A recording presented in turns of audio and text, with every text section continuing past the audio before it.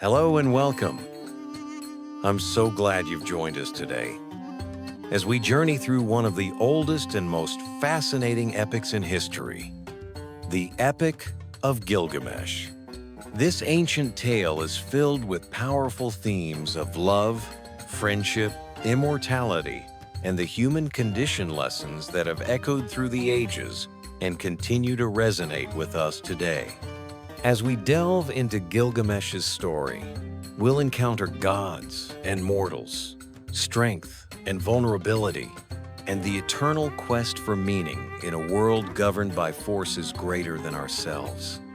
So, sit back, relax, and let's explore this iconic chapter together. Let's begin with the fascinating clash of power between the divine and the mortal, where love, pride, and rejection intertwine in a dramatic, unforgettable way. In the ancient city of Uruk, amid the shadows of towering walls and the gleaming brilliance of temples, there reigned a king whose deeds would echo through the ages, Gilgamesh. Known as two-thirds divine and one-third human, Gilgamesh's very existence was a blend of the mortal and the immortal, a living embodiment of strength, wisdom, and beauty. His prowess as a ruler was unmatched, and his deeds were inscribed in stone for all to see. He was a king who had witnessed the mysteries of the world, a man who knew the lands far and wide, whose wisdom surpassed that of the wisest sages, and whose gaze reached into the depths of secrets long forgotten. In Uruk, Gilgamesh's name was synonymous with greatness. He built the great walls of the city, a symbol of his indomitable will and a testament to his far-reaching vision. But despite these monumental accomplishments, Gilgamesh's legacy was not one of universal praise. For all his grandeur, his people did not adore him as they should have. His power, it seemed, was a double-edged sword, one that cut not only through the barriers of the world, but also through the hearts of his subjects. In the midst of his grandeur, there was a dark side to the king. Gilgamesh, with all his strength and beauty, had become a tyrant in the eyes of his people. His arrogance knew no bounds. By day and by night, he wielded his power recklessly. He took what he wanted, claiming the rights to all the women of Uruk, leaving none untouched, whether they were daughters or wives, noble or common. His actions caused distress among his people, who could do nothing but lament their fate. The very people who once built and worshipped in his name now cried out for justice. Can you imagine living under the rule of such a king? What would it feel like to have a ruler who, despite his godlike attributes, acted with such disregard for the well-being of his people? Take a moment to think about that. What would you do if your leader used their power in such a way? Drop your thoughts in the comments below. I'd love to hear your perspective on what makes a good leader, especially in times when power is abused. Their pleas reached the ears of the gods, who, in their infinite wisdom, heard the suffering of the people of Uruk and decided that something must be done. The gods, in their divine council, resolved that Gilgamesh could not continue to rule unchecked. They would create an equal to him, a man who could challenge his dominance, a companion who could temper his arrogance. This divine response marked the beginning of a tale that would unfold into one of the most enduring epics in human history. The creation of a being like Gilgamesh, his equal in strength but untouched by his arrogance, would lead to a journey that would change the fate of Uruk and the heart of the king himself. As the story of Gilgamesh begins to unfold, we see the epic shift from the arrogance of a king to the quest for redemption. And trust me, the journey that lies ahead is one full of incredible trials, friendship, and even the search for immortality itself. Are you ready to dive deeper into this timeless tale? Make sure to like this video if you're excited to see what happens next.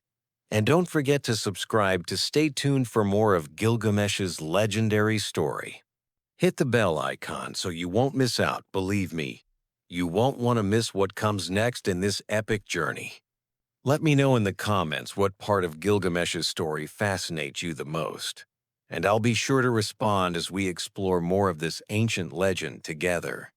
In the heart of the ancient world, the city of Uruk stood as a beacon of human achievement and divine favor. Its towering walls were a testament to Gilgamesh's immense power, wisdom, and ambition.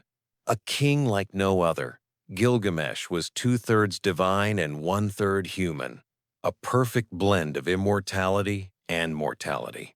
His strength was unmatched, and his wisdom profound. He was a man who had seen mysteries and knew secret things. He had witnessed the days before the Great Flood, a time when the world was still raw and untamed. Yet, despite his many accomplishments, there was a darkness in Gilgamesh's reign, a darkness born from his arrogance. As king, Gilgamesh ruled with an iron fist.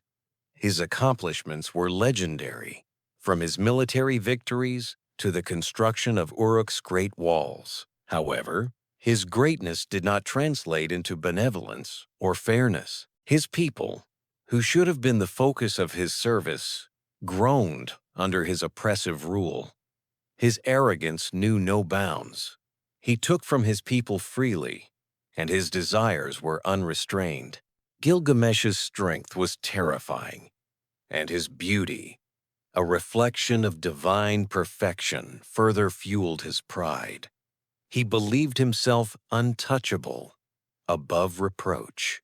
He took what he wanted, leaving no woman untouched, no man without fear. The people's lives were not their own. They were governed by the whims of their king. The cries of the citizens of Uruk, trapped beneath the weight of their king's tyranny, reached the heavens. The gods of heaven and earth, led by Anu, the god of the firmament, listened to the lamentations of the people. They heard the cries of the mothers, the daughters, and the men of Uruk, pleading for relief from Gilgamesh's reign. And so, the gods convened, deciding that something must be done. Anu, in consultation with the other gods, decided that Gilgamesh needed to be confronted not by a warrior or by force, but by an equal someone who could match his strength, someone who could challenge his arrogance. To create such a being, Anu called upon Aruru, the goddess of creation, the one who had shaped humanity from clay. The gods tasked her with creating an equal to Gilgamesh, a being who would balance the scales of power and challenge the king's dominance. Aruru, who had long been revered for her role in the creation of mankind, dipped her hands into the earth and formed a being unlike any other. From the clay, she shaped a man wild and untamed, free from the constraints of civilization. This man, whom the gods would name Enkidu, would be the perfect counterpart to Gilgamesh, a force of nature, strong and primal, a being born to challenge the arrogance of a king who believed himself invincible. Enkidu was formed from the earth's clay, clothed in matted hair like that of a wild animal. He had the strength of the wild and the freedom of the beasts. Unlike Gilgamesh, who knew the ways of men, Enkidu knew only the wilderness. He roamed the plains with the gazelles, drank from the streams with the wild beasts, and lived a life untouched by the rules of society. His was a life of pure instinct, driven by the rhythms of nature, free from the constraints that civilization imposed. Enkidu was the embodiment of nature itself, wild, untamed, and free. As Enkidu roamed the wilderness, his presence began to disrupt the delicate balance that had been established by human civilization. He was a force of nature that could not be controlled. His wild nature, untethered by the rules of civilization, caused unease in the hearts of those who depended on order and structure. The people of Uruk, who had long been oppressed by Gilgamesh, heard of Enkidu, and his very existence filled them with awe and fear. He was both a reminder of the past, of a time before cities and kings, and a living challenge to the authority of Gilgamesh. But the wild man's existence did not go unnoticed by those who sought to tame him. The trapper, a man who made his living by hunting the wild creatures of the land, soon found his life disrupted by the presence of Enkidu. The wild man's roaming was no longer confined to the open plains. Enkidu wandered into the trapper's territory, where he tore apart the hunter's traps, setting the wild animals free and undoing the trapper's hard work. The trapper, unable to contain this force of nature, was terrified. He had never encountered anyone like Enkidu, someone who could outmatch him in strength and disrupt his work so easily. Desperate, the trapper went to his father for advice. He explained the situation to his father, telling him of the wild man who had torn apart his traps and freed the animals. The father listened carefully, and after a moment of thought, he spoke. "Go to Uruk," the father advised. "There, you will find Gilgamesh, a man whose strength is unmatched. He will know what to do. Tell him of the wild man and seek his counsel. Only someone with Gilgamesh's wisdom and power can deal with this creature." The trapper, though fearful, took his father's advice. He journeyed to Uruk, seeking the wisdom of the mighty king. When he arrived, he found Gilgamesh and told him of the wild man who roamed the wilderness, disrupting the trapper's work. Gilgamesh, always confident in his abilities, agreed to help the trapper. However, instead of confronting Enkidu directly, Gilgamesh devised a plan, one that would involve the use of seduction and the power of human civilization. "Take a woman with you," Gilgamesh instructed. "A harlot, one from the temple of Ishtar. She will use her charms to draw the wild man away from his life with the animals. Through her, he will learn the ways of men. The woman will teach him the pleasures of civilization, and in doing so, he will leave behind his wild life." And so, the trapper set out once again, this time accompanied by a woman from the temple, a temple harlot, who was well versed in the art of seduction. Together, they ventured to the watering hole where Enkidu was known to drink. The wild man, as usual, came down from the hills to drink with the animals. But this time, something was different. The woman, as instructed, stripped herself of her clothes and made herself available to the wild man. She beckoned to him, and Enkidu, seeing her, was immediately drawn to her. For the first time, Enkidu experienced the ways of men not through violence, but through seduction and the pleasures of human interaction. He was captivated by the woman, and together they spent 6 days and 7 nights. During this time, Enkidu learned the ways of human love and pleasure. He ate bread, drank beer, and experienced the human customs that were entirely foreign to him. No longer did he live as a wild creature among the animals. Through the woman's teachings, Enkidu learned the ways of men, and his transformation began. The animals, sensing the change within him, began to reject Enkidu. No longer was he one of their own. He had tasted the ways of men, and the wild creatures of the forest turned away from him. He could no longer return to his old life. Enkidu had been irrevocably changed. Thus, Enkidu's encounter with the trapper and the temple harlot marked the end of his life as a wild man and the beginning of his journey into the world of civilization. Through the woman's guidance, he had learned the ways of men, he had tasted their food and drink, and he had experienced their pleasures. Enkidu was no longer the free and untamed creature that had roamed the wilds. He was now a part of civilization, bound to it by the knowledge he had gained from his encounter with the harlot. But the gods had created Enkidu for a purpose. He was to be the equal of Gilgamesh, a being who could stand against the king's arrogance and challenge him. Enkidu's transformation, though it took him away from the wild world, had prepared him for his fateful meeting with Gilgamesh. Little did Enkidu know that the next phase of his journey would lead him to Uruk, where he would encounter the mighty king whose pride had brought the world to its knees.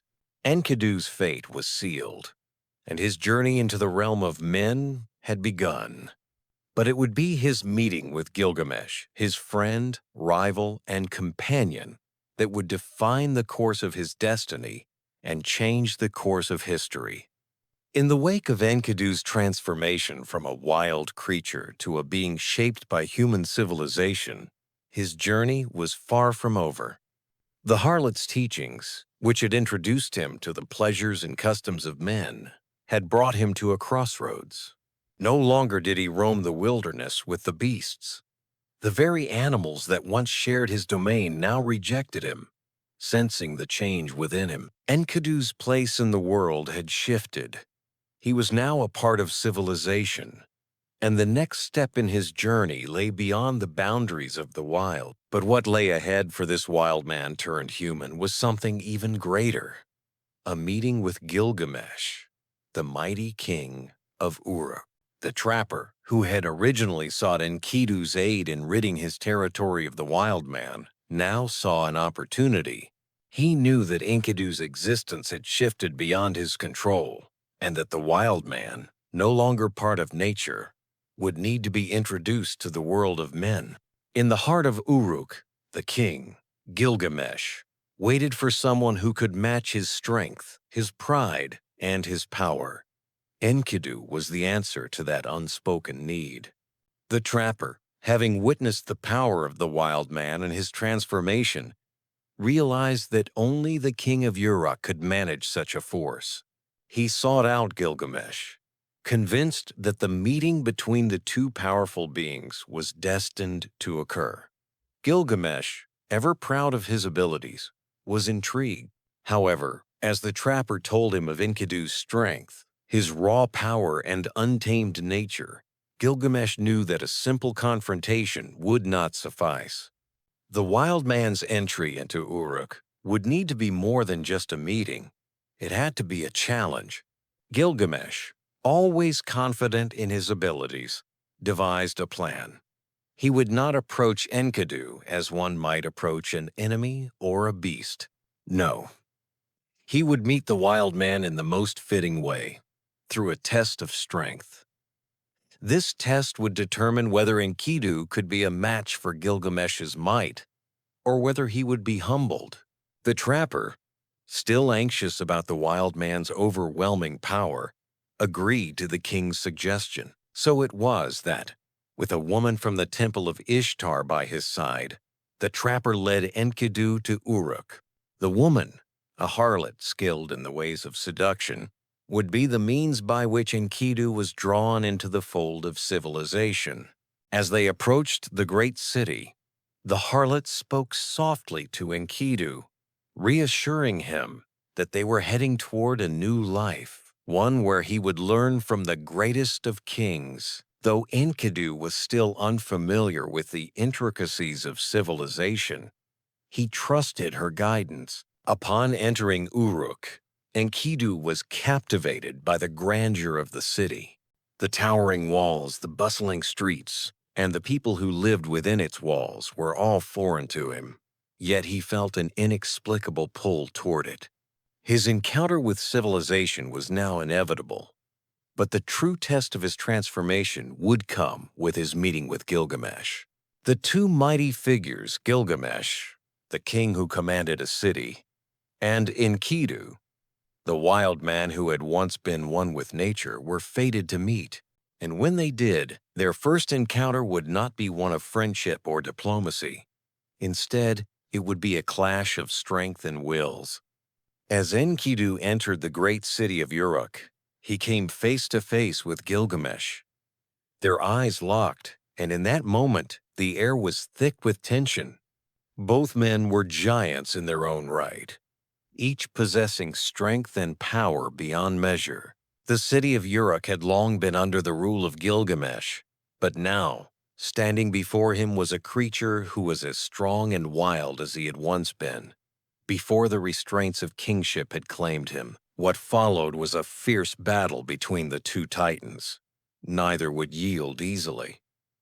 Enkidu, though newly acquainted with the ways of men, had not forgotten the strength he had once possessed as a wild creature. He was fast, relentless, and untamed. Gilgamesh, for his part, used every ounce of his own strength, honed through years of conquest and rule.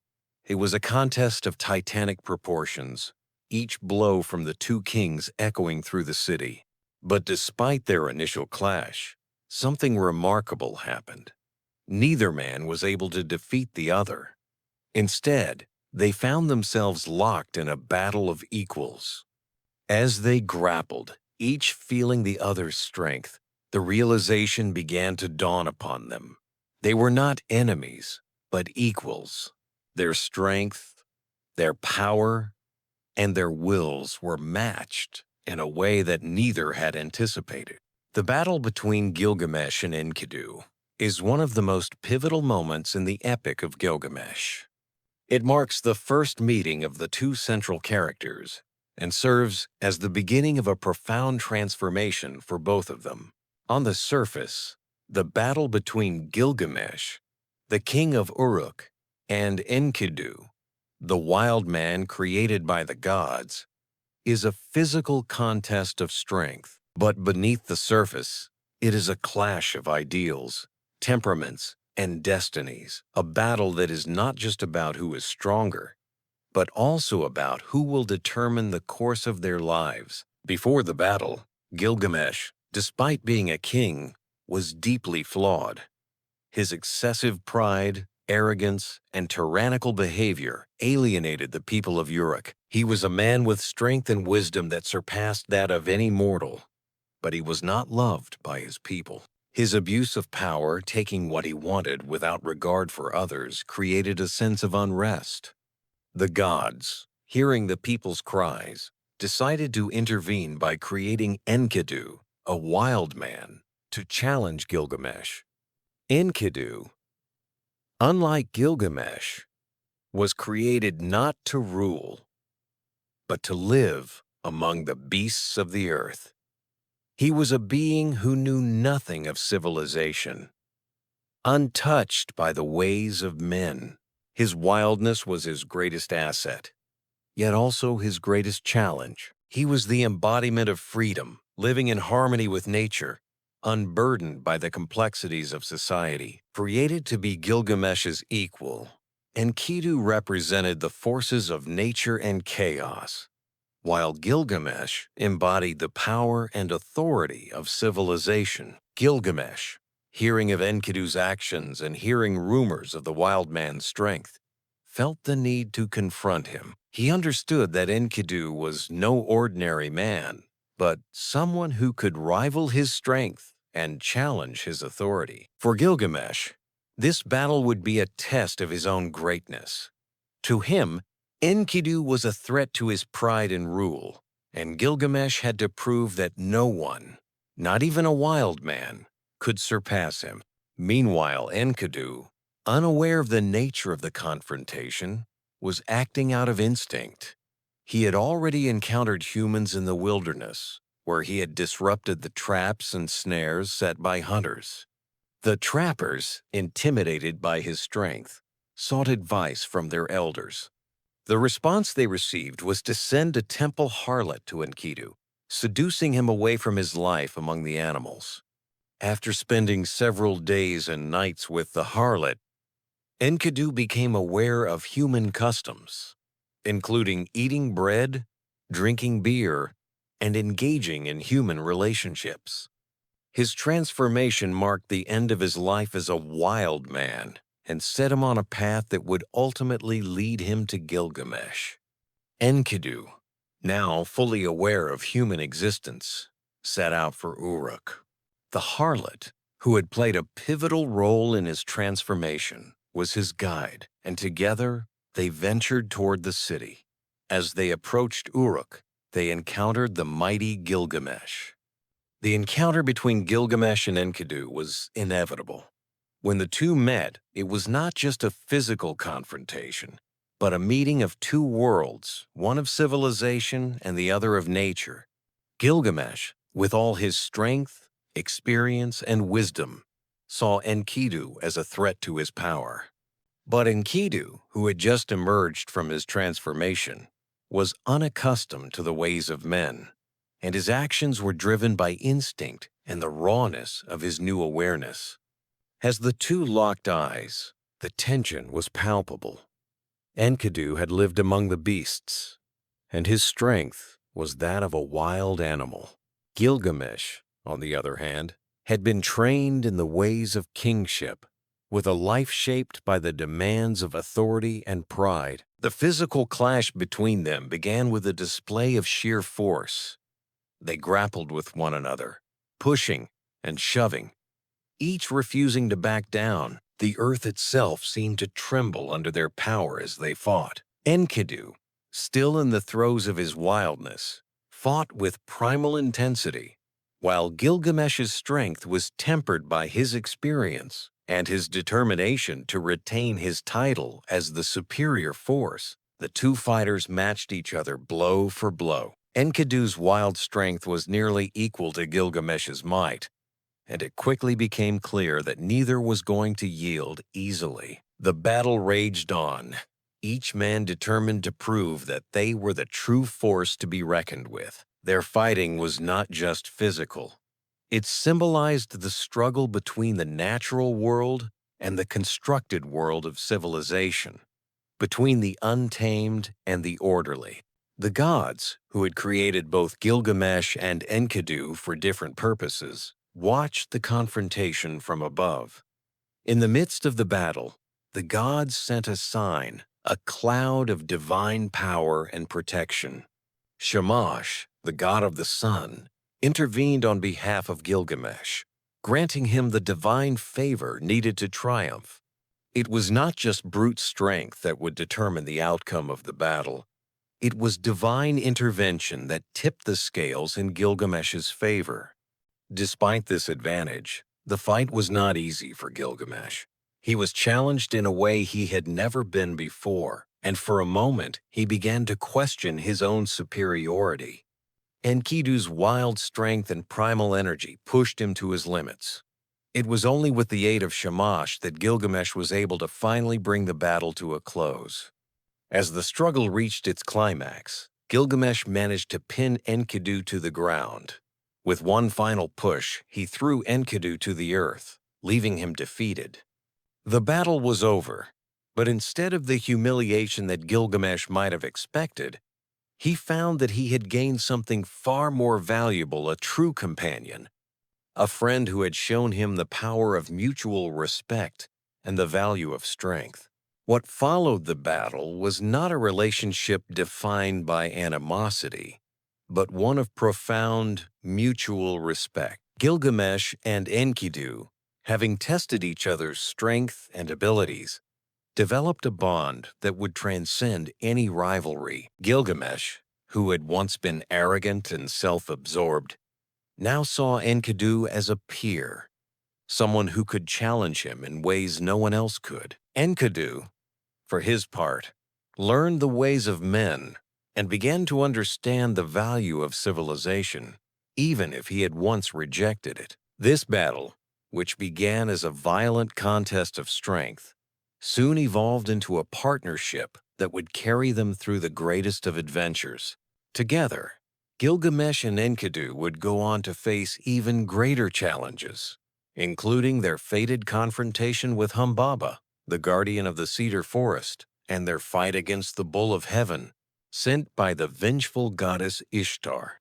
The rejection of Ishtar by Gilgamesh is one of the most defining moments in the Epic of Gilgamesh, a moment that brings together the themes of divine wrath, human pride, and the struggle for control over one's fate. The scene serves as a pivotal turn in the narrative, where the clash between the gods and mortals becomes personal, and Gilgamesh's journey of self-discovery takes on deeper meaning. But to truly understand the significance of Gilgamesh's rejection of Ishtar, we must first consider the context surrounding the encounter, the nature of Gilgamesh and Ishtar's personalities, and the cultural values at play. Ishtar is a multifaceted figure in Mesopotamian mythology. As the goddess of both love and war, she embodies the complex intersection of desire and destruction. She is often depicted as a powerful, alluring, and capricious deity who plays with human emotions, wielding both love and violence as tools to assert her will. As the goddess of love, Ishtar is associated with fertility, passion, and beauty. Yet, as the goddess of war, she is also linked to violence, chaos, and the destructive forces of nature. In the Epic of Gilgamesh, Ishtar's character is presented as one who has had numerous lovers, yet whose relationships are often short-lived and destructive.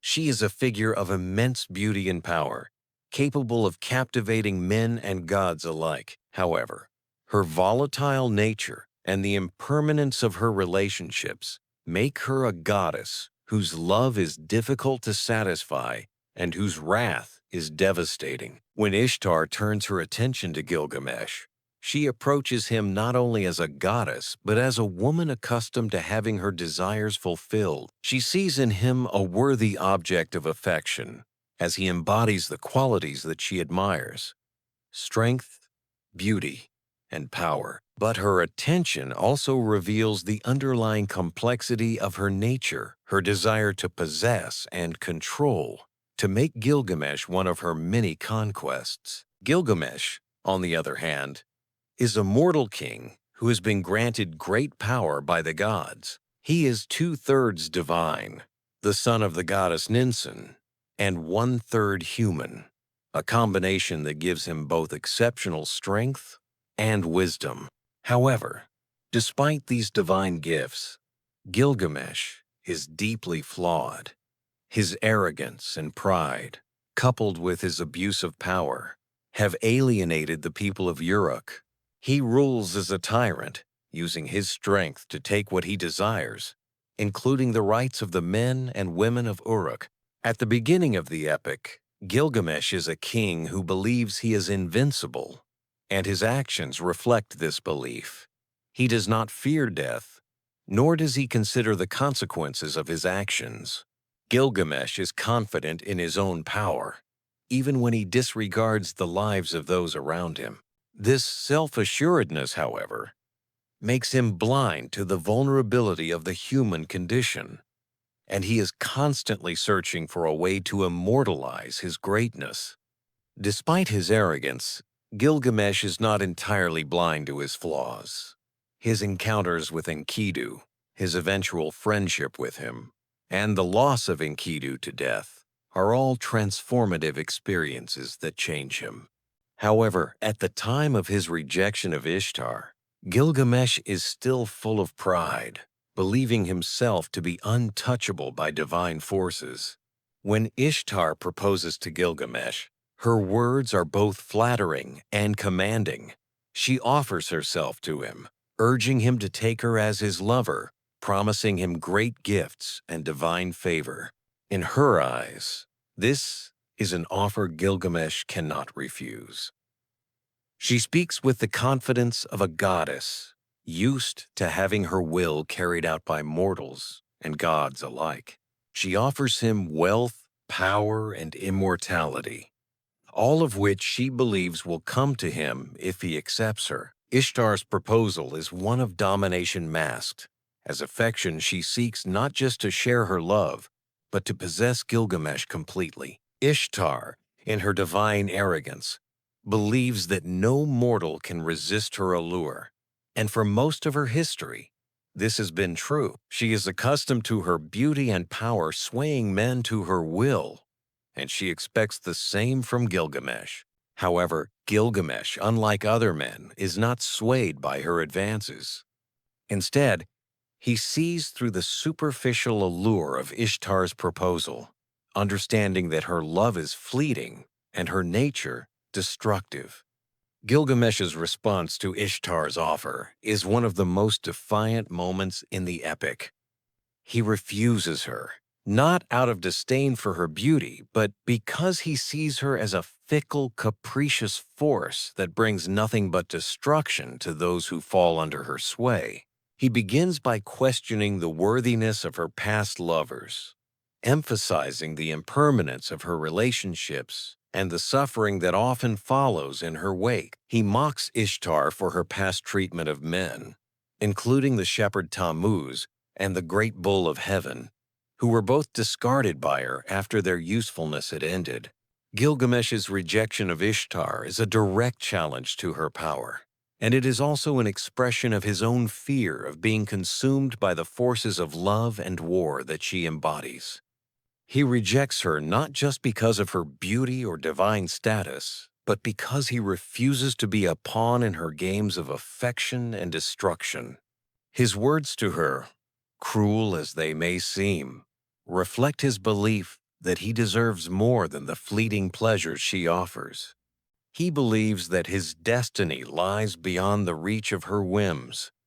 Ishtar, humiliated and enraged by Gilgamesh's refusal, reacts as only a goddess scorned would. She appeals to her father, Anu, the god of the firmament, and demands that he send the bull of heaven to punish Gilgamesh. The bull of heaven is a fearsome divine creature capable of devastating entire cities with its power. In Ishtar's mind, the bull's wrath will serve as retribution for Gilgamesh's defiance and will restore her honor. Anu is hesitant at first, knowing the destructive power of the bull and understanding the consequences of unleashing it upon the earth. However, Ishtar's persistence and emotional manipulation sway him, and he agrees to release the bull of heaven. The bull descends from the heavens and lands on the earth, causing great destruction. Its snorts cause the earth to quake, and its very presence is a threat to the balance of the world. The bull begins to ravage Uruk, killing 300 men with each snort. For Gilgamesh and Enkidu, this is an unacceptable affront. They cannot let the bull of heaven wreak havoc on their city without facing it. Together, they confront the creature, and after a fierce battle, they succeed in killing the bull. They offer its heart to Shamash, the god of the sun, as a gesture of respect for the divine forces that help them in their struggle. The killing of the bull of heaven is not without consequences. Ishtar, humiliated by her failure to control Gilgamesh and Enkidu, curses them. She declares that their actions will lead to divine retribution, and her anger will be felt throughout the land. It is a moment of great tension between the gods and mortals, and it marks a significant turning point in the epic. The rejection of Ishtar by Gilgamesh is not only a personal victory for him, but also a reflection of the complex dynamics between mortals and the divine in the Epic of Gilgamesh. Gilgamesh, though part divine, is still subject to the whims of the gods. His refusal of Ishtar and his defiance of her desires is a bold act of autonomy, but it also sets the stage for the divine wrath that will shape his destiny. Ishtar's curse on Gilgamesh and Enkidu is more than just an emotional outburst. It is the beginning of a series of divine repercussions that will follow their actions. The gods, who had already shown their displeasure with Gilgamesh's triumph over Humbaba and his killing of the bull of heaven, now direct their attention to the king and his companion. The consequences of their defiance will not be easy to bear, and Gilgamesh's journey toward immortality and self-discovery will become even more urgent as he faces the wrath of the gods. Gilgamesh's rejection of Ishtar is a key moment in his personal evolution. It marks a moment of maturity and self-awareness, as Gilgamesh begins to understand that his destiny cannot be shaped by the capricious desires of a goddess. He rejects the transient pleasures of love and power seeking something more meaningful. His refusal of Ishtar also underscores the theme of human limitation and the recognition that even a king as powerful as Gilgamesh cannot have everything he desires. This realization will guide him on his journey toward accepting mortality and understanding the true nature of legacy. The rejection also serves to highlight Gilgamesh's belief in autonomy and control over his own fate. Ishtar, in many ways, represents the forces of chaos and destruction that threaten to undo the stability that Gilgamesh has worked to build. By rejecting her, Gilgamesh asserts his autonomy, refusing to be swayed by the forces that would make him a pawn in a divine game. In this sense, the rejection is an act of defiance against not just Ishtar, but also the larger cosmic forces that govern the world. Ishtar's wrathful curse and the aftermath of the Bull of Heaven's death underscore the central themes of the Epic of Gilgamesh. Gilgamesh, in his arrogance, challenges both divine and mortal forces, but the consequences of his actions are severe. The god's anger is palpable, and the course of Gilgamesh's journey is forever altered. His rejection of Ishtar, while a personal victory, sets in motion the events that will lead him to question the very nature of mortality and immortality. The confrontation between Gilgamesh and Ishtar highlights the tension between divine power and human agency. Gilgamesh's refusal to be subjugated by the gods and his insistence on carving his own path is both a mark of his strength and a cause of his downfall. The gods, in turn, remind Gilgamesh that while he may have great strength and wisdom, he is still bound by the rules of the divine. This tension between free will and divine will becomes a key theme as Gilgamesh embarks on his journey to discover the secret of immortality. Ultimately, the rejection of Ishtar by Gilgamesh sets the stage for the deeper spiritual and existential challenges he will face. It is a turning point in the narrative, where Gilgamesh begins to move beyond the pursuit of power and glory and confronts the reality of his mortality. The story of Gilgamesh is not just about triumph and adventure. It is about the struggle to understand the limits of human existence and the role of the divine in shaping that existence. What had begun as a battle for supremacy became the foundation for a friendship that would define their lives. Through their shared adventures, Gilgamesh and Enkidu would learn the true meaning of strength, not as the ability to overpower others, but as the ability to protect, to support, and to stand together in the face of adversity. Their friendship would become the core of the Epic of Gilgamesh, a story that reflects the complexities of human relationships and the power of companionship in overcoming the most difficult challenges. It was through their bond that both Gilgamesh and Enkidu would come to understand the deeper meanings of life, love, and mortality. The battle between Gilgamesh and Enkidu is a key moment in the king's personal transformation. Before this encounter, Gilgamesh was a king who was defined by his arrogance and pride.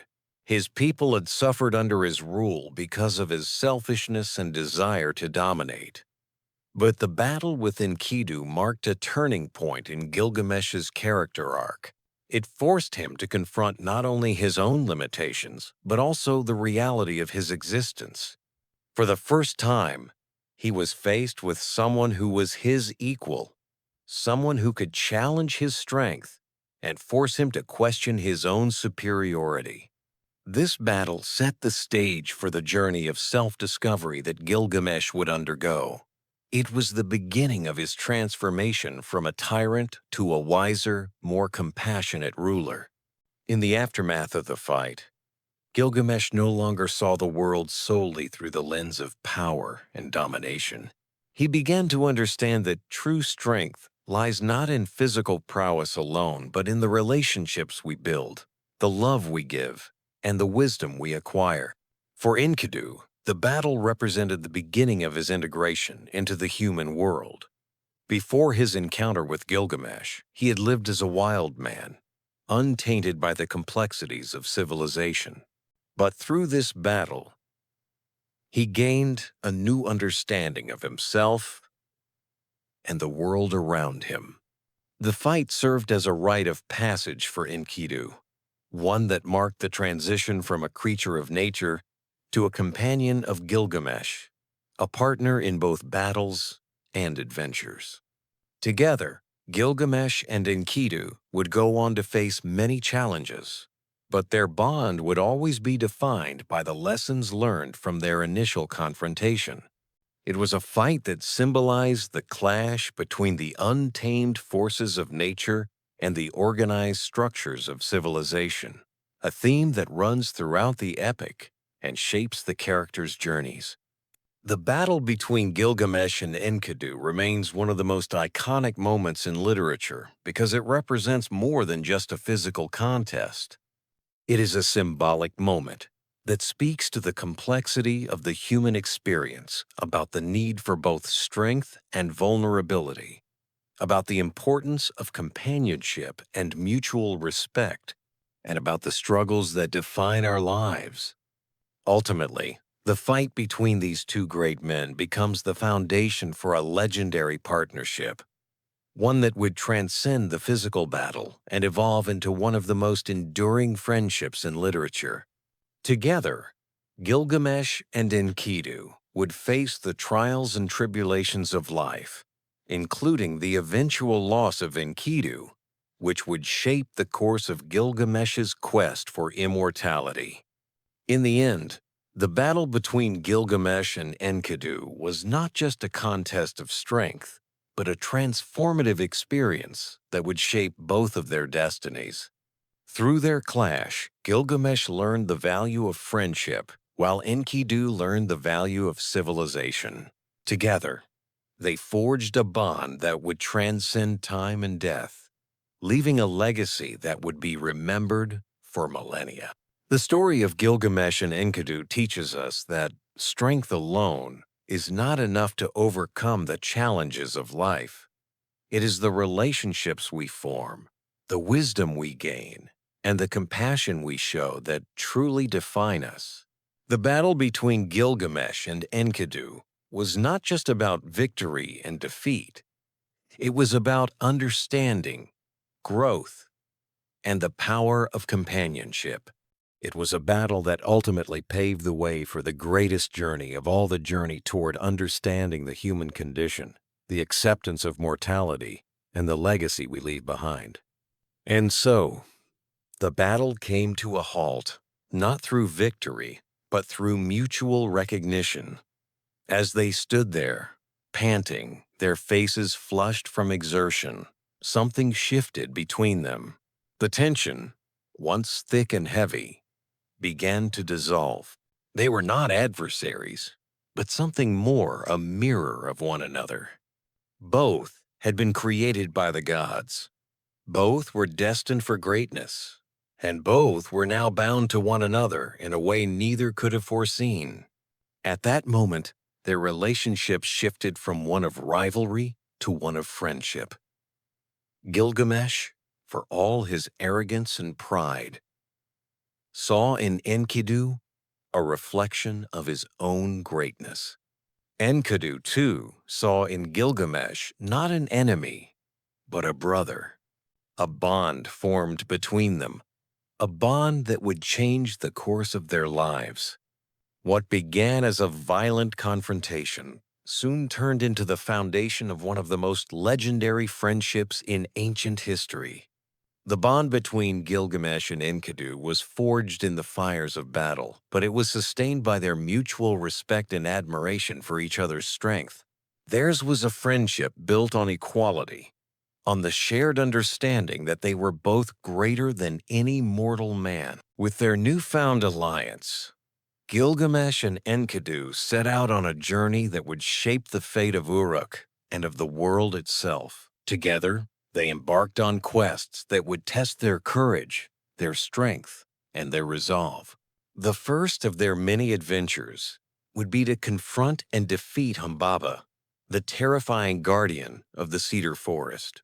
Humbaba, a monstrous figure appointed by the gods to protect the sacred cedar forest, was a being of immense power. He had the ability to destroy whole armies with his strength and his breath. He was a creature of terror and darkness, and his presence had long cast a shadow over the world. The gods had decreed that the cedar forest must remain untouched, but Gilgamesh and Enkidu saw it differently. They believed that in order to prove their greatness and to secure their place in history, they must defeat Humbaba and take control of the forest. The journey to the cedar forest was long and arduous, but Gilgamesh and Enkidu, fueled by their growing friendship and their shared purpose, pressed forward. Along the way, they encountered numerous dangers, but with each challenge, they grew stronger, their bond deepening with every step they took together. Their friendship became the foundation upon which they would build their legacy. When they finally reached the cedar forest, they confronted Humbaba in a battle that would echo through the ages. The two friends, now a united force, fought with all their might. It was a struggle that would push them both to their limits, but in the end, they emerged victorious. Humbaba, once a terrifying guardian, was slain, and the cedar forest was theirs for the taking. This victory was just the beginning of the adventures that Gilgamesh and Enkidu would undertake together. Their friendship would take them on countless quests, each more dangerous than the last. They would face gods, monsters, and the harshest challenges the world had to offer. But through it all, they would stand side by side, their bond unbreakable. Gilgamesh and Enkidu's journey into the cedar forest is not just a physical quest, but also an emotional and spiritual challenge. The confrontation with Humbaba, the guardian of the sacred cedar trees, is the climax of their daring exploits, and it is laden with significant symbolic meaning. Before they even step foot into the forest, the cedar forest itself is already a metaphor for the divine order and sacred space that mortals cannot approach. The gods have decreed that only Humbaba, a monstrous giant, has the power to protect this hallowed ground. Gilgamesh and Enkidu, however, do not merely seek to challenge Humbaba for selfish gain. They view this conquest as a way of cementing their place in history, proving their greatness to themselves, their people, and the world. This desire for glory and immortality is what drives them forward, and their decision to venture into the sacred forest, defying the will of the gods, is a key turning point in the epic. In the mythological world of Gilgamesh, the slaying of Humbaba represents the human drive to surpass divine boundaries and challenge the status quo. Humbaba himself is not merely a monster guarding trees. He is an embodiment of the divine order. To slay him is to undermine the power of the gods and demonstrate human autonomy, an audacious act that would echo throughout the world. And yet, even as Gilgamesh and Enkidu embark on this audacious mission, the question lingers: are they truly justified in their defiance, or does their ambition cloud their judgment? The gods, seeing Gilgamesh and Enkidu's audacity, begin to intervene in subtle ways. The winds sent by Shamash, the sun god, help the two heroes, allowing them to gain the upper hand in the battle. But it's clear that the gods are not entirely pleased with this act of defiance. Humbaba, as he lies dying, pleads with Gilgamesh, offering him wealth and power in exchange for his life. But Gilgamesh, driven by his desire for immortality, ignores these pleas, cutting down the sacred cedars and sealing his fate. The giant's death is not simply a victory. It is an irreversible act that marks the beginning of Gilgamesh's downfall. The gods, who once favored him, now view him with growing resentment, and the consequences of this defiance will follow him through the rest of the epic. As they returned to Uruk, victorious from their battle with Humbaba, the people hailed them as heroes. Gilgamesh, once a tyrant, was now a king whose strength and wisdom were tempered by the loyalty and friendship of Enkidu. Together, they ruled with a new sense of purpose, their bond a symbol of what true strength could achieve. But even as they celebrated their victory, the seeds of future trials were being sown. The gods, though impressed by their feats, had their own designs. And as Gilgamesh and Enkidu's fame grew, so too did the challenges they would face, challenges that would test the very foundation of their friendship and force them to confront the deepest questions of life, death, and immortality. Thus, the story of Gilgamesh and Enkidu was just beginning, and the adventures that lay ahead would not only define their legacy, but also the fate of the gods and the world itself. In the epic journey of Gilgamesh and Enkidu, there is no more defining moment than their confrontation with Humbaba, the terrifying guardian of the cedar forest. The cedar forest, once considered the most sacred of places, was guarded by Humbaba, a fearsome giant appointed by the gods themselves. His task was clear: to protect the mighty cedars from human hands, ensuring that no mortal would desecrate the sacred woods. Yet, Gilgamesh and Enkidu, driven by a shared desire for glory and immortality, sought to defy the gods' decree and seize the riches of the cedar forest. What followed would become one of the most legendary battles in ancient myth, a test of strength, courage, and destiny. Humbaba, with his immense power and magical abilities, was a formidable foe. He was no ordinary beast. He was an agent of the gods, imbued with the authority of the divine. His very presence struck terror into the hearts of any who dared enter the forest, and his roar was said to echo like a storm, a sound so powerful it could shake the earth itself. Yet Gilgamesh, fueled by his desire to make a name for himself, and Enkidu, ever loyal to his friend and equally driven by the need to prove himself, did not hesitate. Together, they journeyed to the heart of the cedar forest, determined to challenge the guardian and cut down the sacred trees.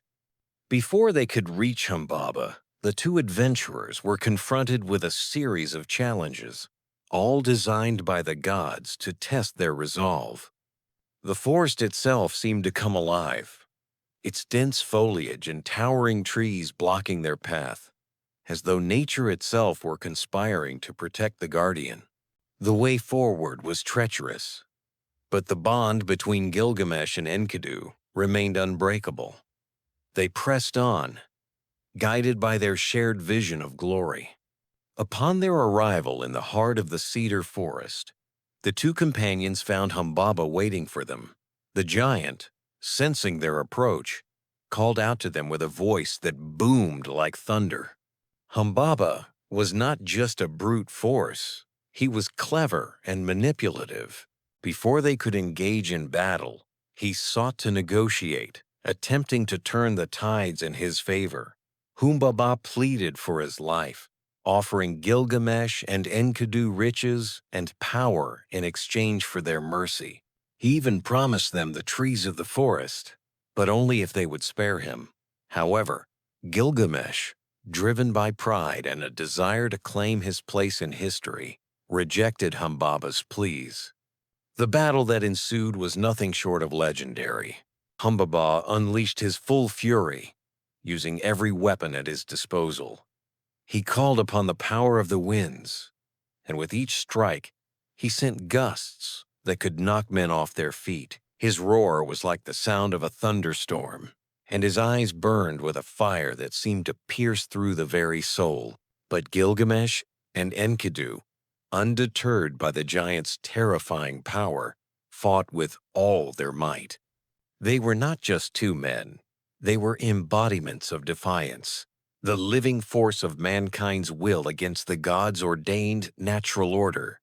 In the midst of the battle, the gods lent their aid to Gilgamesh and Enkidu, especially Shamash, the sun god who had always been a protector of Gilgamesh. Shamash sent the four winds to aid them, making the ground slippery for Humbaba and making it difficult for him to move. Despite Humbaba's strength, the divine support given to Gilgamesh and Enkidu turned the tide. With great effort and fierce determination, they succeeded in overpowering the giant. Enkidu dealt the final blow, striking Humbaba down with a deadly blow to the neck. With Humbaba's death, the two companions stood victorious. But the consequences of their actions were not yet fully realized. They had defied the gods and killed the guardian of the cedar forest, cutting down the sacred trees in the process. The gods, furious at this act of defiance, began to stir. The divine retribution was set in motion, and the consequences of Gilgamesh and Enkidu's triumph would soon become clear. Despite the victory, the gods were not pleased with what had transpired. Humbaba's death was not seen as a noble triumph, but rather an insult to the divine order. Gilgamesh, for all his strength and glory, had crossed a line that would not go unpunished. The two heroes, though victorious in battle, had made powerful enemies in the heavens, and their fate was about to take a sharp turn. The gods would not allow their defiance to go unchallenged, and the repercussions would echo throughout Gilgamesh's journey.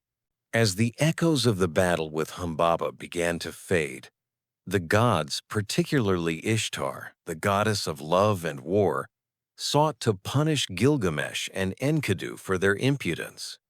Ishtar, who had been watching from the heavens, was particularly angered by Gilgamesh's actions. Ishtar, a powerful and capricious goddess, had long coveted Gilgamesh, desiring him as her lover. Her beauty and charm were legendary, and she had often sought out mortal men to satisfy her desires. But Gilgamesh, in his arrogance and pride, had rejected her advances. Ishtar's rejection was not something she could accept. As the goddess of love, she could not bear to be turned away by a mortal man, especially one as powerful as Gilgamesh. Humiliated by his refusal, Ishtar sought to exact her revenge. In a fit of rage, she went to her father Anu, the god of the heavens, and demanded that he grant her a mighty weapon to punish Gilgamesh. Anu, though reluctant, consented to his daughter's request, and so the Bull of Heaven was summoned. The Bull of Heaven was no ordinary creature.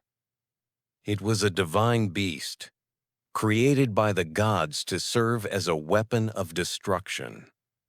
Its size was enormous, and its power was unmatched by any mortal creature. Its horns were sharp as swords, and its breath could level mountains. The gods had unleashed it upon the world to punish those who had defied their will, and now it was to be sent to punish Gilgamesh for his transgressions.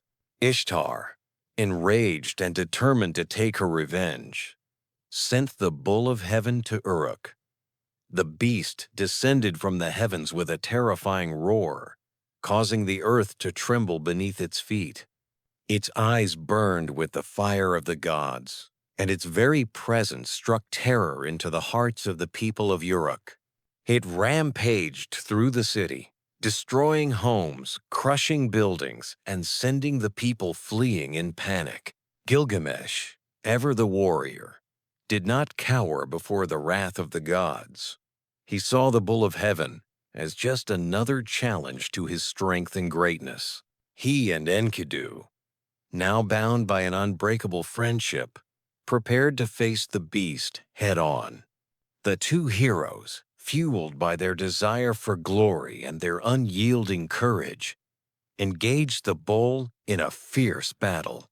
The fight was unlike any other. The bull, with its immense power, charged at Gilgamesh and Enkidu, its horns gleaming with deadly intent. Its fury was relentless, and for a moment, it seemed as though the two heroes might be overwhelmed. But Gilgamesh and Enkidu, their strength magnified by their shared purpose, fought back with equal ferocity. They struck at the bull's sides, and with each blow, the beast staggered. The battle raged on for hours.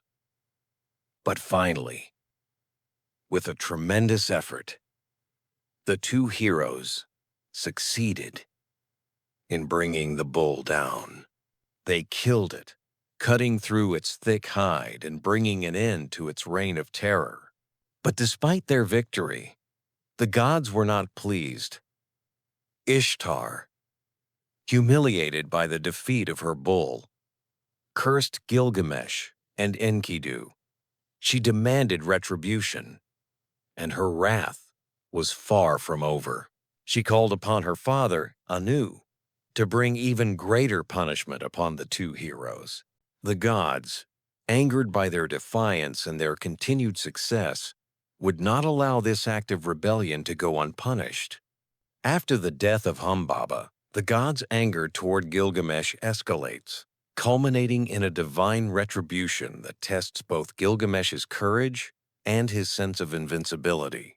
Ishtar, the goddess of love and war, is deeply offended by Gilgamesh's rejection of her advances.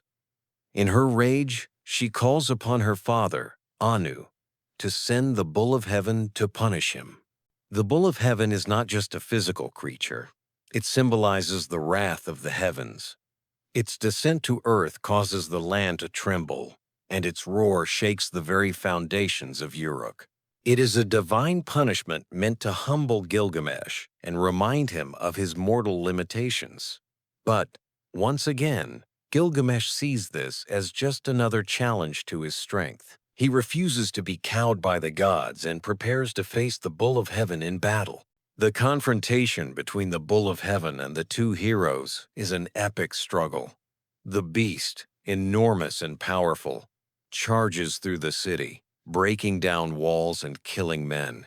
Its fury is overwhelming, and even Gilgamesh and Enkidu, with all their might, are initially pushed to their limits. But despite its power, the Bull of Heaven is no match for the combined strength of the two heroes. They fight valiantly, with Enkidu delivering the fatal blow. The death of the Bull of Heaven marks a second defiance of divine authority, a pattern that will continue throughout the epic. After the battle, Ishtar, humiliated by the defeat of her bull, curses Gilgamesh and Enkidu.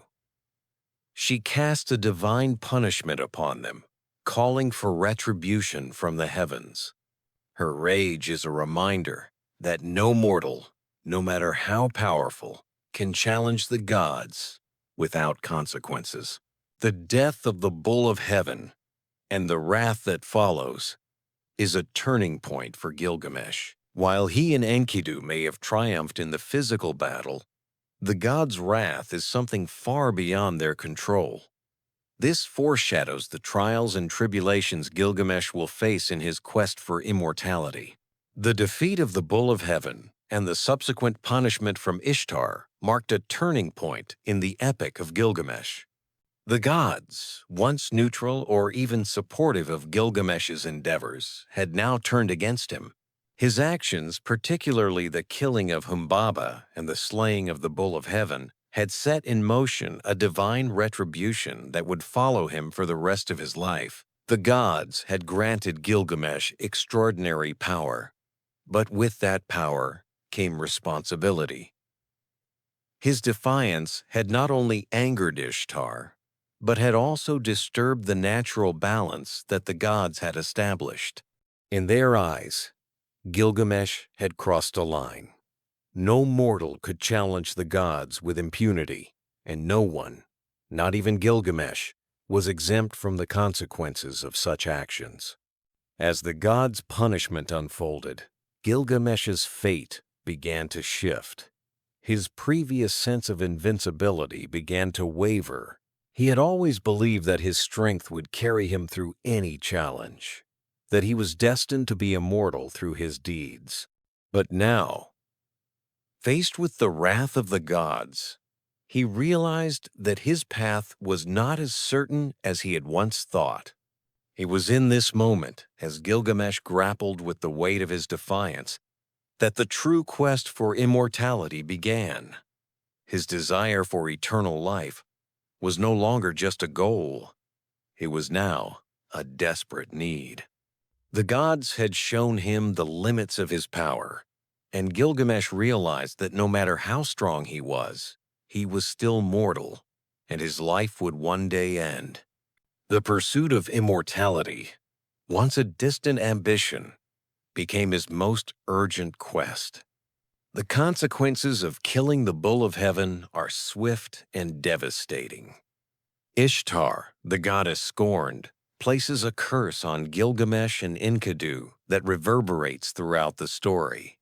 The wrath of the gods becomes more personal and dire as the epic progresses. Enkidu, the loyal friend and comrade, becomes the target of the gods' vengeance. Their friendship, which has thus far been a source of strength and joy, will now face the ultimate test. Gilgamesh, ever bold, continues to defy the gods, refusing to relent in his pursuit of immortality. His defiance becomes both his strength and his weakness, as he begins to realize that no matter how powerful he becomes, he cannot escape his fate. The gods have made it clear that mortality is the ultimate destiny for all men. Gilgamesh's quest for immortality is a futile one, but it is also a deeply human one. The gods' curse on Enkidu is a painful reminder of this inevitable truth, as Gilgamesh's closest companion begins to suffer. The fate of Enkidu is sealed when he falls ill, stricken by a sickness sent by the gods. His body weakens, and his spirit begins to fade. Gilgamesh, who has always been the strong and invincible king, now faces a challenge unlike any before. He watches helplessly as his friend, his equal, succumbs to the ravages of death. This is a moment of great vulnerability for Gilgamesh, and it is here that the true cost of his defiance becomes clear. No mortal, no matter how mighty, can escape the pull of death. Enkidu's death is the catalyst for Gilgamesh's next phase of the journey, a quest that will take him into the realm of the gods themselves in search of immortality. Enkidu's death is not just a loss of a friend. It is the beginning of Gilgamesh's ultimate realization that immortality is an unattainable goal. Despite all his strength and achievements, despite having conquered the bull of heaven and defeated Humbaba, Gilgamesh cannot outrun death. He is forced to confront his mortality in the most painful way possible, by losing his most cherished companion. Devastated by Enkidu's death, Gilgamesh sets out on a new journey, one that will take him beyond the boundaries of human existence. He embarks on a quest for immortality, seeking out the wisdom of Utnapishtim, the only man who has been granted eternal life by the gods. Utnapishtim, who survived the Great Flood, is said to possess the knowledge of how to cheat death. Gilgamesh's journey to find him is both literal and symbolic. It is a journey that takes him to the very edges of the known world, through dangerous and unknown lands, and into the heart of the divine. In his quest for immortality, Gilgamesh is forced to confront the limits of his strength, wisdom, and courage. The gods, who once supported him, now become his adversaries. They challenge him at every turn, testing his resolve and pushing him to confront the deepest truths of existence. As Gilgamesh faces the gods in his search for immortality, he also faces the inevitable truth of his own mortality. The journey is not just one of physical distance, but of spiritual transformation. Gilgamesh's quest for immortality will ultimately lead him to a profound understanding of life, death, and the human condition. In the face of divine retribution, Gilgamesh's journey shifted from one of conquest and glory to one of introspection and self-discovery. The mighty king, once consumed by pride, was now consumed by the desire to find a way to escape death. This shift in his fate would lead him on a journey that would take him far from Uruk into the depths of the earth and beyond, as he sought the secret of immortality and the key to defying the gods' ultimate decree. Thus, the stage was set for the next phase of Gilgamesh's epic journey, one that would see him confront the inevitability of death and face the profound question of what it truly means to live a life of purpose and meaning. The story of Gilgamesh was no longer just about strength and power. It had become a story of mortality, of love, of friendship, and ultimately of the search for the one thing that could transcend even the mightiest of kings: immortality. As Gilgamesh continues on his journey, the epic shifts from the pursuit of glory and strength to the search for wisdom and self-awareness. His defiance of the gods, his battles, and his friendships have all led him to this moment, his quest for immortality, a search that will lead him not to eternal life, but to a deeper understanding of what it means to live and die. In seeking Utnapishtim, Gilgamesh is not only searching for the secret to eternal life, but for the key to understanding the true meaning of existence. It is a journey that will ultimately bring him face to face with the wisdom of the gods and the limitations of his own power. He will discover that immortality is not a gift that can be obtained by force, but something that is granted by the gods according to their will.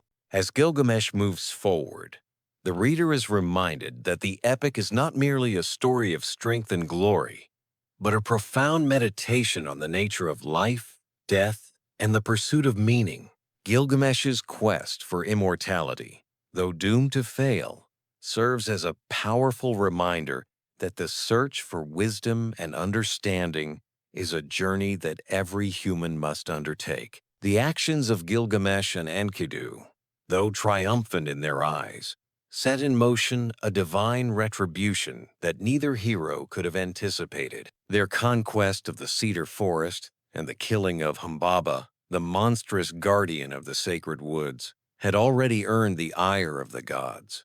But the killing of the bull of heaven, sent by Ishtar in a fit of rage after Gilgamesh spurned her advances, brought their wrath to a boiling point. In a world where the gods' authority was absolute, Gilgamesh and Enkidu's actions were not just acts of defiance, they were insults that could not go unpunished. In the divine realm, the gods convened, their anger simmering as they discussed the fates of the two heroes. Anu, the chief god, along with Enlil and the other deities, decided that someone had to pay for the sacrilege committed against the sacred forces of nature and the gods themselves. Though Gilgamesh had committed the acts with courage and strength, it was his companion, Enkidu, whose fate had been sealed. Enkidu's death was the consequence of their actions, a punishment for defying the natural order, for upsetting the cosmic balance between gods and men. The gods, in their infinite power, determined that Enkidu, the wild man created by Uruk to challenge Gilgamesh, would be the one to suffer the price of their defiance. But it was not only his defiance that condemned him, it was also his humanity. Enkidu, despite his origins in the wilds and his initial bond with the beasts, had become human through his encounters with the world of men. He had fallen in love, tasted the pleasures of civilization, and lost his innocence in the process. And now, in the eyes of the gods, Enkidu's fate was irrevocably tied to Gilgamesh's reckless pursuit of immortality and glory. The gods decreed that Enkidu must die as an act of divine justice, for it was he who had been most changed by the death of Humbaba and the bull of heaven. Enkidu's illness began quietly, like a shadow creeping into his body, but it quickly grew into something unbearable. His limbs, once strong and powerful, began to wither. His once immense vitality was drained, and his body, now weakened and frail, began to betray him. He knew, as the illness took hold, that his time had come. Enkidu's fall from life was an agonizing process. The gods, it seems, had already marked him for death, and his sickness was the means through which their will would be fulfilled. He did not know why he was being struck down, but there was no denying that his fate was now beyond his control. Despite his newfound understanding of human life, his tastes for bread and beer, his understanding of love, his shared experiences with Gilgamesh and Enkidu, had to face the inevitability of his demise. His body, once a manifestation of wild nature, could no longer resist the overwhelming force of the god's decision.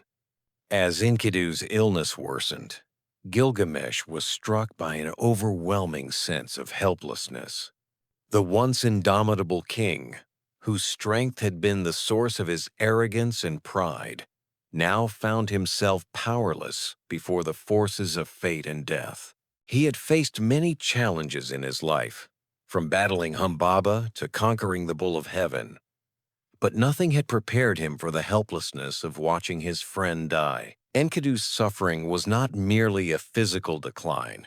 It was a devastating emotional blow to Gilgamesh, a reminder that even the greatest heroes are not immune to the ravages of time and mortality.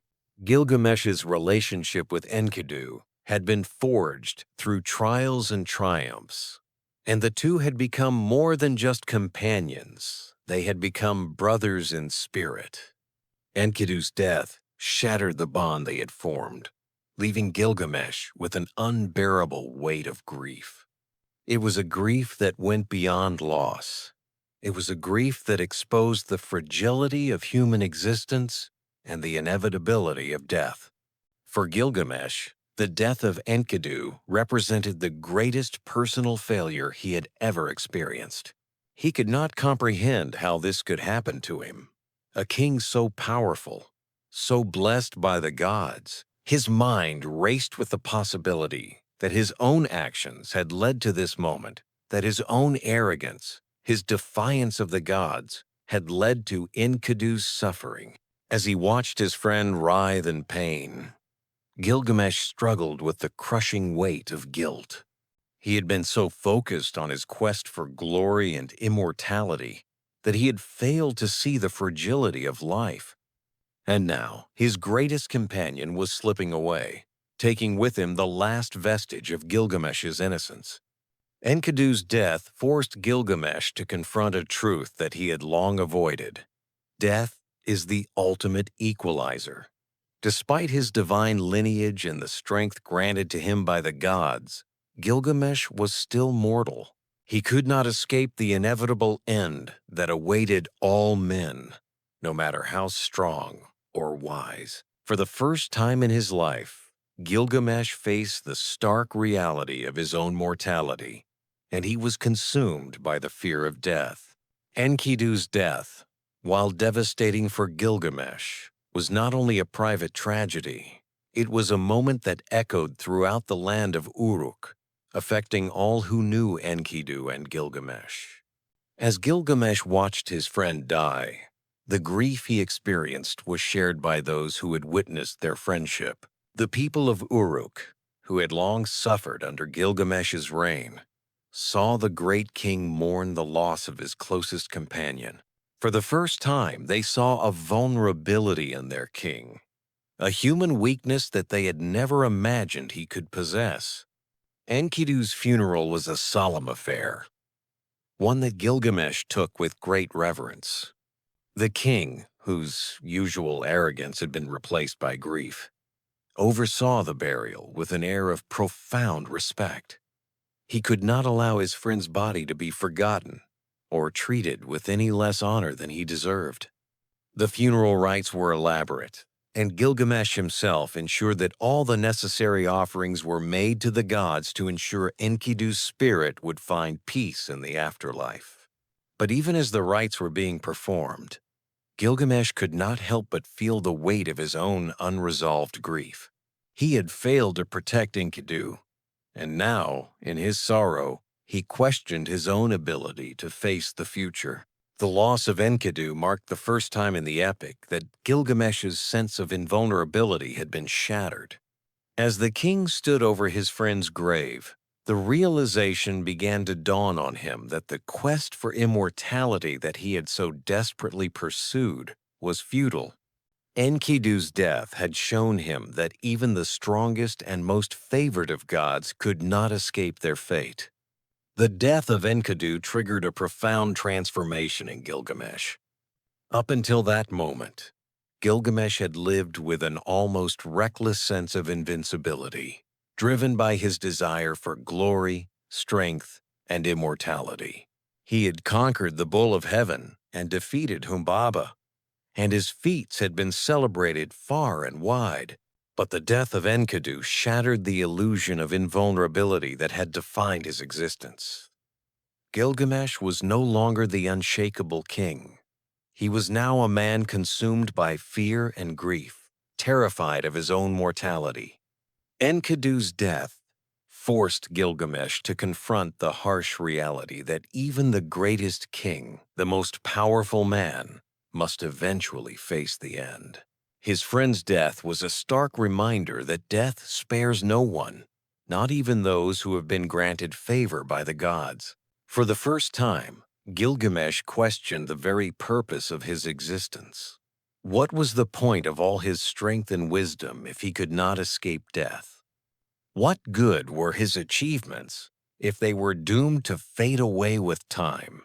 In the wake of Enkidu's death, Gilgamesh became obsessed with the idea of immortality.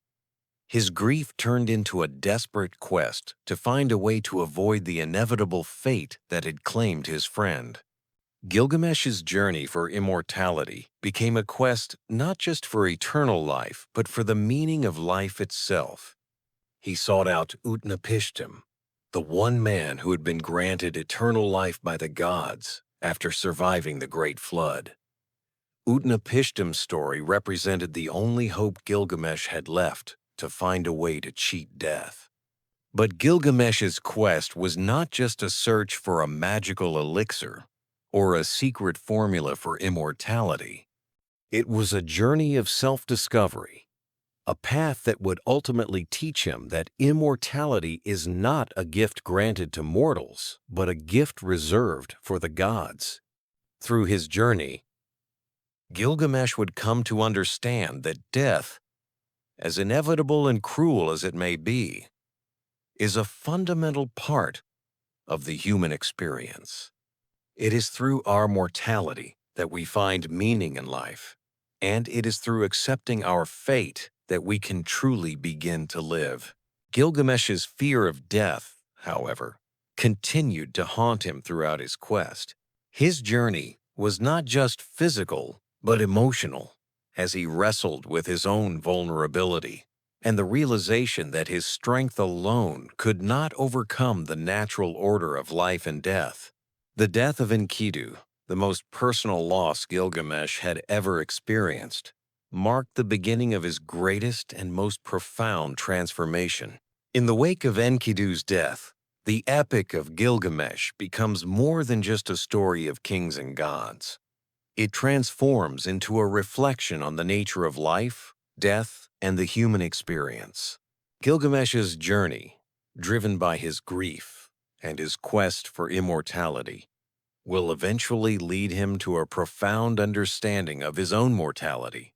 And though his quest may not yield the immortality he desires, it will teach him the most important lesson of all: the significance of the life we live, the bonds we form, and the legacy we leave behind. Gilgamesh's life, though marked by incredible strength, wisdom, and success, is also shadowed by an overwhelming fear, the fear of death. Despite his remarkable achievements, He is haunted by the inevitable reality of mortality, a reality he cannot escape or overcome. His quest for glory and divine favor has led him to conquer great foes. But no matter how many victories he achieves, one fact remains beyond his reach: immortality. The death of his closest friend, Enkidu, profoundly shakes Gilgamesh. Enkidu's death serves as a harsh reminder of the fragility of life. The sorrow Gilgamesh feels at the loss of his companion is amplified by the realization that his own death will come, just as it did for Enkidu. Overwhelmed with grief and panic at the thought of his mortality, Gilgamesh embarks on a journey to find Utnapishtim, the only mortal man who has been granted immortality by the gods. Utnapishtim's immortality is rooted in a divine gift he received after surviving the great flood that devastated the world. According to the gods, Utnapishtim was the one chosen to preserve life during the flood, and as a reward, he was granted eternal life. Gilgamesh, desperate to escape the inevitability of his own death, believes that if he can find Utnapishtim and learn his secret, he too may be able to defy mortality. This journey becomes more than just a physical quest for the secret to immortality. It is, in essence, a journey of self-discovery, a search for meaning in the face of mortality. Along the way, Gilgamesh encounters dangerous landscapes, terrifying creatures, and godly beings who challenge his resolve.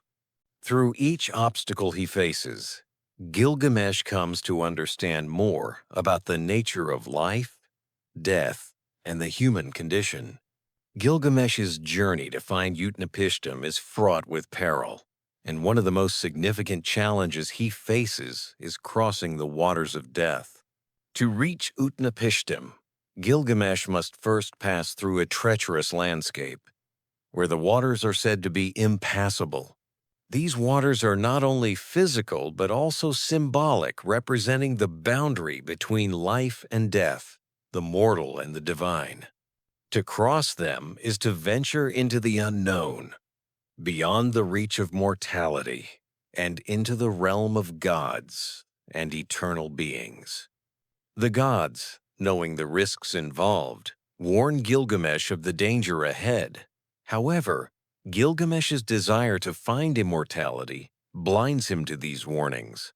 He ventures into the perilous terrain, where he encounters terrifying creatures. Among them is the monstrous Scorpion Man, a being that guards the passage into the realm of the gods.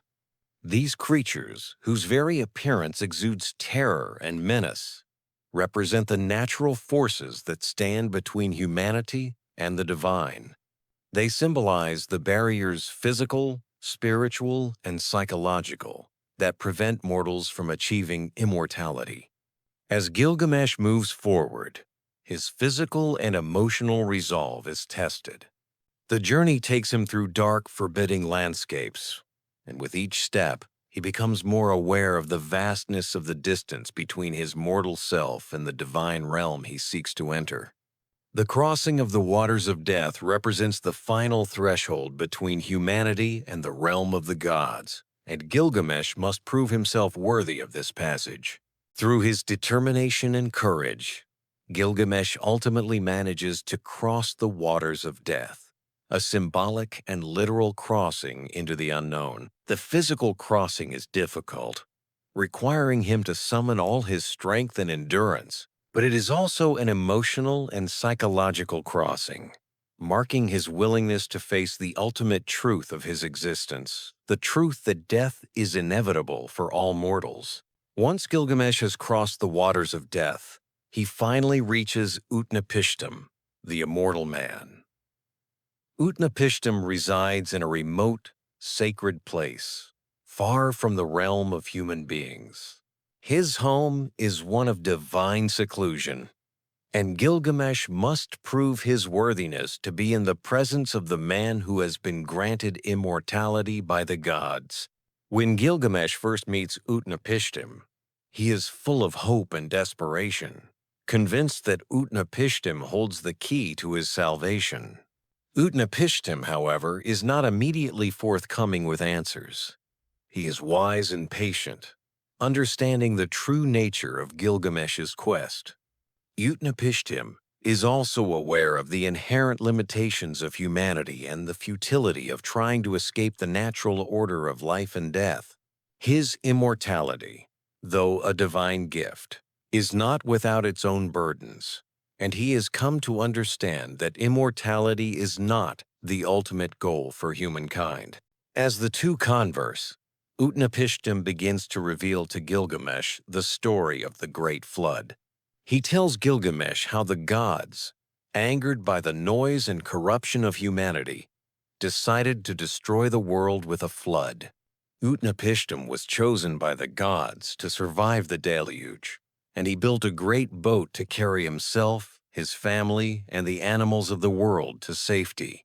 The flood lasted for 7 days and 7 nights, and when it subsided, Utnapishtim and his family were the only survivors, chosen by the gods to repopulate the earth. Utnapishtim's story is a powerful one, underscoring the gods' control over fate and the inevitability of death.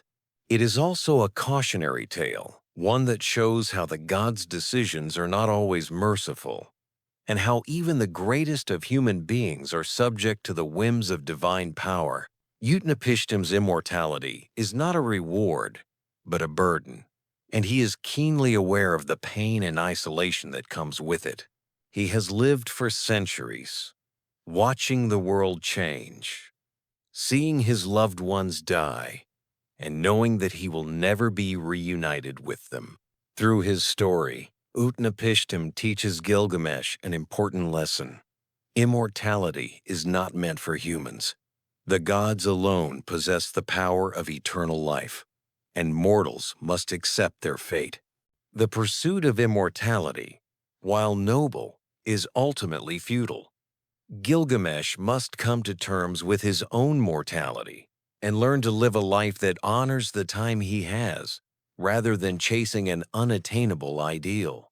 Despite the harsh truth that immortality is beyond his grasp, Gilgamesh learns something far more valuable from Utnapishtim, the gift of wisdom. Utnapishtim tells Gilgamesh that while humans cannot achieve immortality, they can achieve a kind of immortality through the legacy they leave behind. By living a life of purpose, by achieving great deeds, and by honoring the natural world, a person can live on in the memories of others, in the stories told about them, and in the works they leave behind.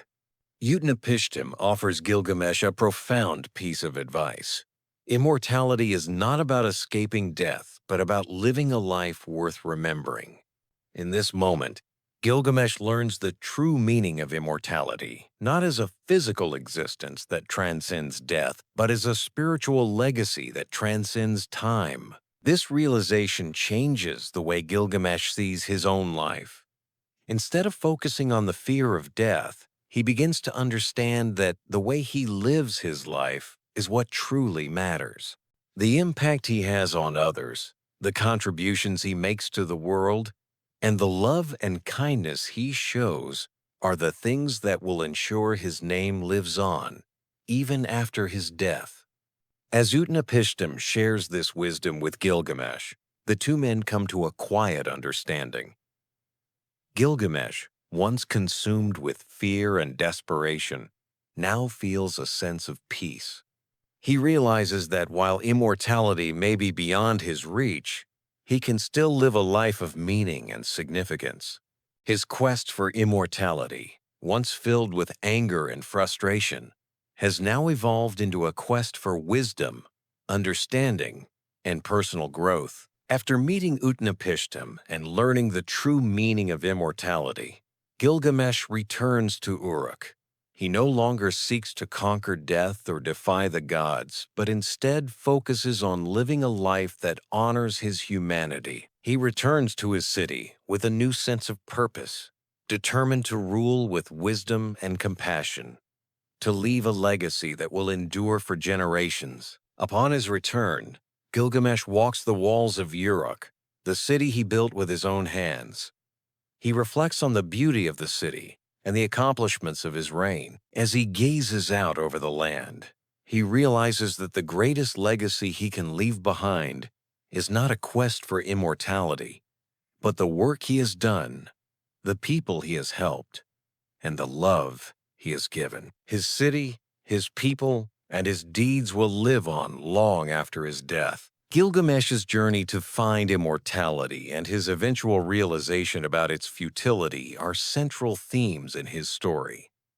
The Epic of Gilgamesh is a profound meditation on life, death, and the human condition. It teaches us that while death is inevitable, the way we live our lives is what defines us. Gilgamesh's journey is not just about searching for immortality. It is about understanding that the true meaning of life lies not in avoiding death, but in living a life of purpose, wisdom, and compassion.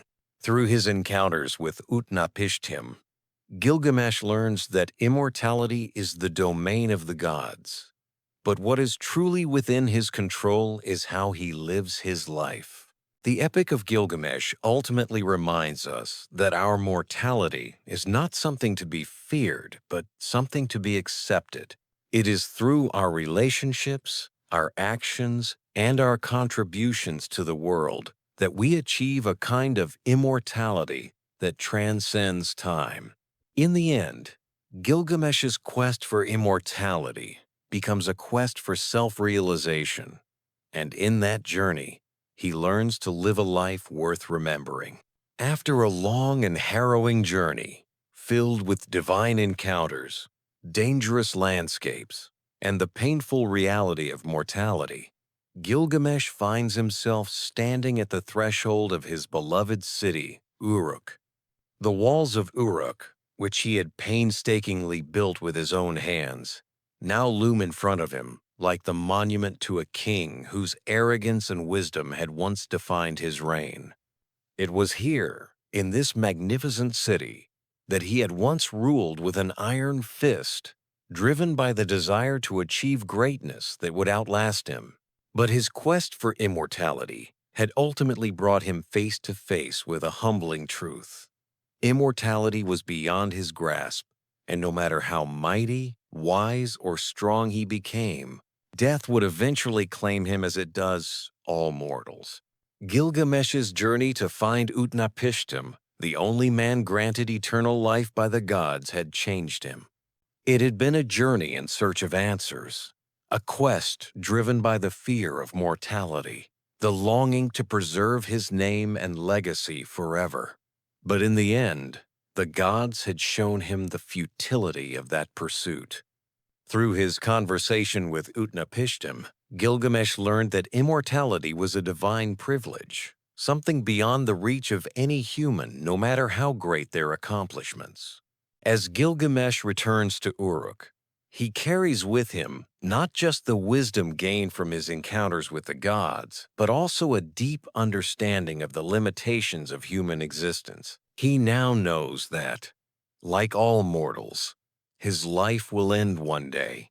He cannot avoid death, no matter how much he longs to outlive it. Yet, the lessons of his journey have not been in vain. Rather than seeing death as something to fear, Gilgamesh comes to realize that it is the way in which one lives that leaves a lasting impact. His true legacy, he understands now, is not to be found in the pursuit of immortality, but in the deeds he leaves behind, in the cities he builds, the people he leads, and the wisdom he imparts. Uruk, the great city that had been the center of his power and ambition, becomes the symbol of this newfound understanding. It is not the walls that make Gilgamesh eternal, but the fact that those walls will stand long after his death, a testament to his strength and leadership. The city will continue to thrive, long past the time when his name is forgotten. And while Gilgamesh cannot ensure that he will live forever, he can ensure that Uruk will endure. The people of Uruk will remember him, And in their stories, songs, and customs, his memory will be passed down through generations. Gilgamesh's return to Uruk is marked by a deep sense of reflection. He walks along the city walls, observing the intricate brickwork that stretches across the land like an unbroken chain of human achievement. He touches the stones, feeling the history embedded in them, the labor and determination that went into creating something that would endure. And in this moment, Gilgamesh understands that while he cannot escape death, he can create something that outlasts him, a living, breathing legacy in the form of the city that bears his mark. His story, his deeds, and his leadership will be woven into the fabric of Uruk, and his legacy will live on through the generations that follow. As Gilgamesh contemplates the city that he built and the greatness he once sought to achieve, he comes to a profound realization. Immortality is not found in the endless continuation of life, but in the impact one leaves on the world. It is not the eternal life of the body that matters, but the enduring presence of one's actions, ideas, and contributions. Through this acceptance, Gilgamesh finds peace not in the evasion of death, but in the understanding that death is a natural part of life, and it is how one lives that defines them. The passing of time is inevitable. As Gilgamesh looks at the city of Uruk, he realizes that the walls and structures he built will eventually erode, just as his own body will one day decay. But this does not diminish the value of what he has created. The city stands as a symbol of human endeavor, and in its enduring form, it captures the essence of Gilgamesh's life and work. It is a reminder that while death is unavoidable, the actions we take while alive, our contributions to the world, our relationships with others, and our pursuit of wisdom are what define our true legacy. For the first time in his life, Gilgamesh fully understands the meaning of mortality. He no longer sees death as something to fear, but as a part of the natural order. Through his journey, he has learned that immortality is not the goal. The pursuit of greatness, the desire to live forever, had driven him to exhaustion and despair. But now he sees that true greatness lies not in defying death, but in living a life worthy of remembrance. What matters is not how long one lives, but the impact one has on the world during their time. Gilgamesh's wisdom, strength, and leadership have shaped the history of Uruk, and those contributions will live on long after his death. Gilgamesh's new understanding of death and legacy comes with a sense of peace. He no longer seeks to avoid death or escape its grasp. Instead, he chooses to live a life that is full and purposeful. He understands that the true measure of a man is not in the length of his life, but in the depth of his deeds. By accepting death as a natural part of existence, Gilgamesh finds freedom from the fear that had once consumed him. His quest for immortality is over, but in its place is a deeper, more meaningful purpose: to live fully and to leave a legacy that will endure for generations to come. In this final reflection, Gilgamesh comes to understand the significance of the stories that will be told about him, the lessons that will be passed down, and the ways in which his leadership and actions will continue to shape the lives of those who follow. His memory will live on through the city of Uruk, in the walls he built, and in the lives of the people he ruled. And as long as Uruk stands, his name will be remembered, not as the king who sought to conquer death, but as the king who learned to live fully, embracing both life and death with wisdom and grace. In the end, the story of Gilgamesh is not just a tale of a king who sought immortality, but a profound meditation on life, death, and the human condition. It teaches us that while death is inevitable, it is how we live our lives that truly matters. The legacy we leave behind, through our actions, our relationships, and the impact we have on the world outlasts us far beyond our physical existence. Gilgamesh's journey is a timeless reminder that immortality is not a physical state, but the enduring power of the human spirit and the legacy we create through our lives. Gilgamesh's final lesson is one of acceptance and wisdom. By coming to terms with the inevitability of his own death, he finds the peace he sought throughout his journey. His legacy lives on in Uruk, in the stories of his adventures, and in the city that stands as a testament to the greatness of his reign. In this acceptance of mortality, Gilgamesh ultimately finds the immortality he was seeking all along the immortality of a life well lived. At the heart of the Epic of Gilgamesh lies a tale of profound personal transformation. Gilgamesh begins as a king whose power and wisdom are unmatched, yet his character is deeply flawed. He is strong, nearly invincible, a being of two-thirds divine essence, but with a deep arrogance that alienates him from his people. He is driven by a desire to achieve greatness and immortality. Yet his reign is marred by his selfishness and his disregard for the well-being of others. This arrogance and sense of invincibility create an imbalance in the kingdom of Uruk, where his people, though they benefit from his strength, suffer under his oppressive and unyielding rule. However, as the story progresses, we witness a dramatic evolution in Gilgamesh's character.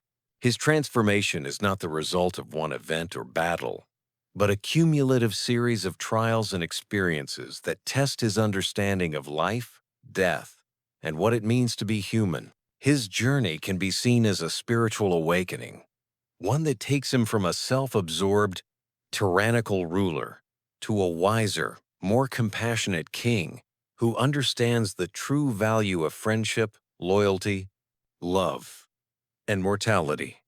It is through his friendship with Enkidu that Gilgamesh first begins to undergo a significant shift.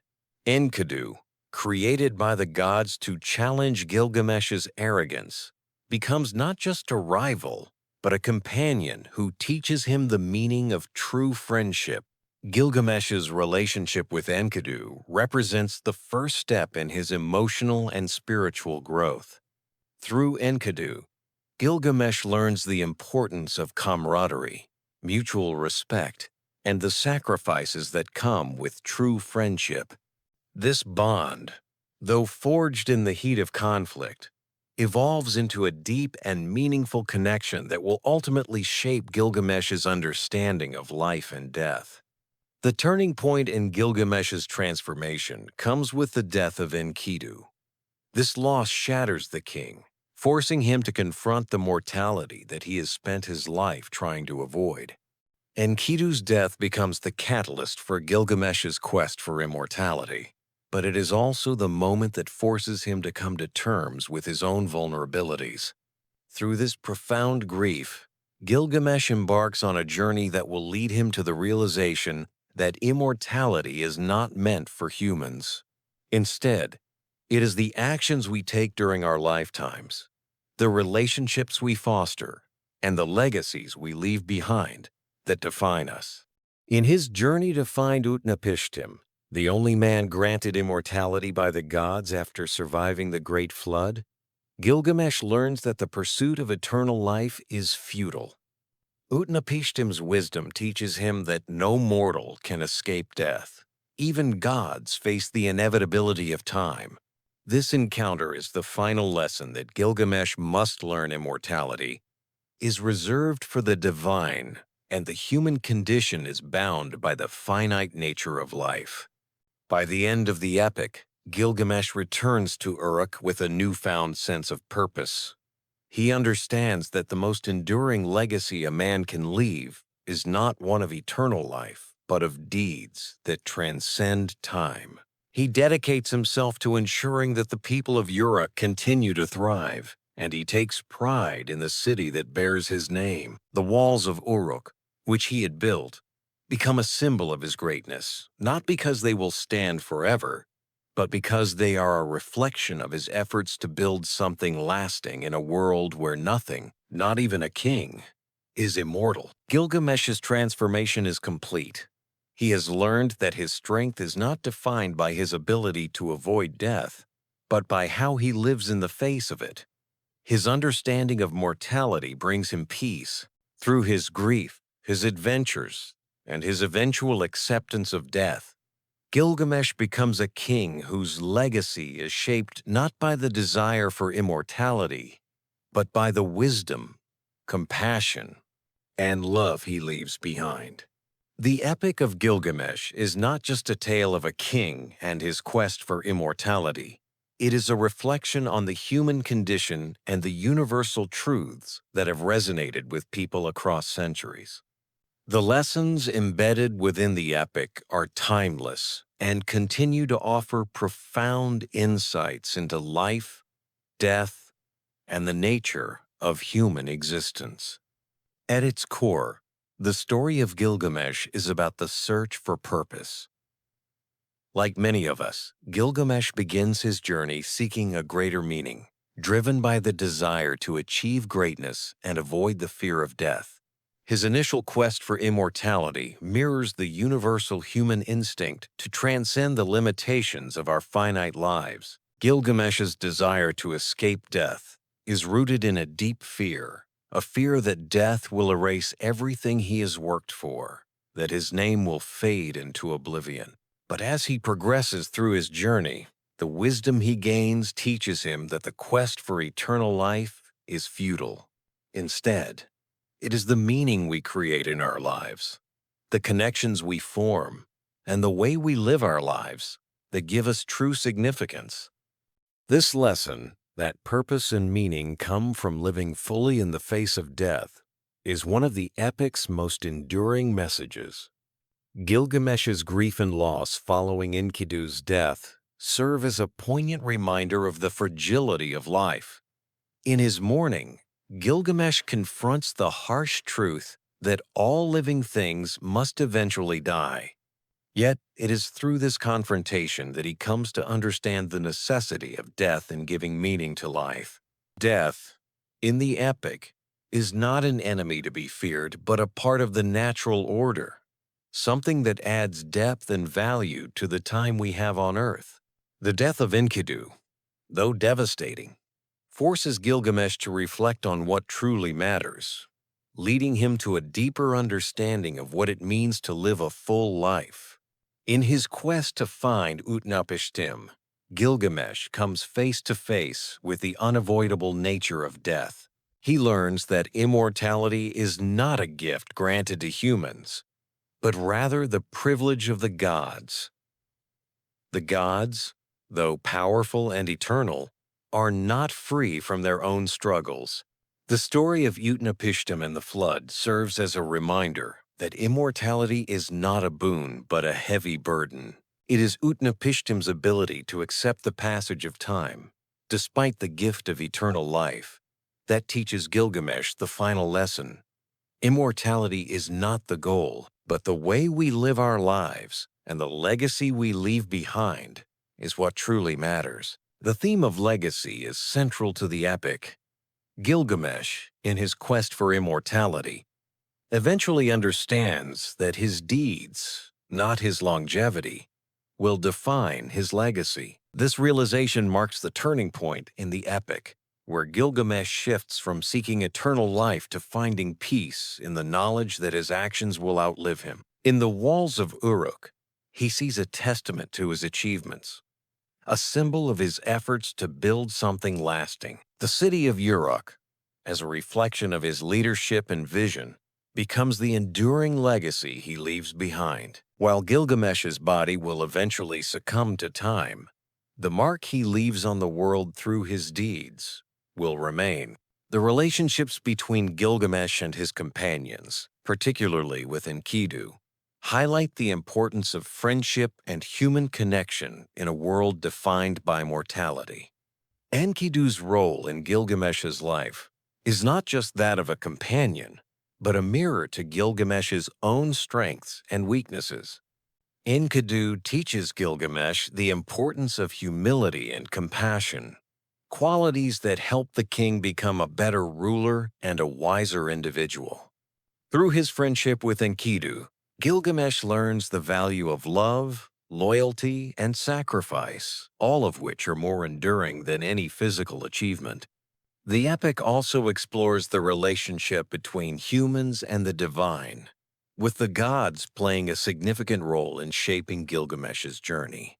While the gods are powerful and eternal, they are not immune to emotions, desires, or conflicts. They create Enkidu to challenge Gilgamesh, and they also impart wisdom through Utnapishtim's story of the flood. However, despite their power, the gods cannot offer Gilgamesh immortality, reminding him that the gods themselves are bound by their own limitations. This relationship serves as a reminder that while humans may strive for greatness and meaning, they are still subject to the natural order of the world, including death. In its final chapters, the Epic of Gilgamesh shifts from a narrative about a king's ambition to one about a man's reconciliation with his mortality.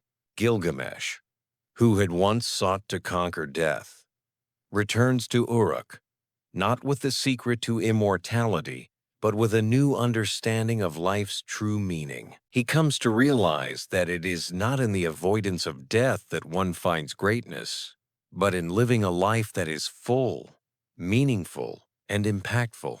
The Epic of Gilgamesh is more than just an ancient story.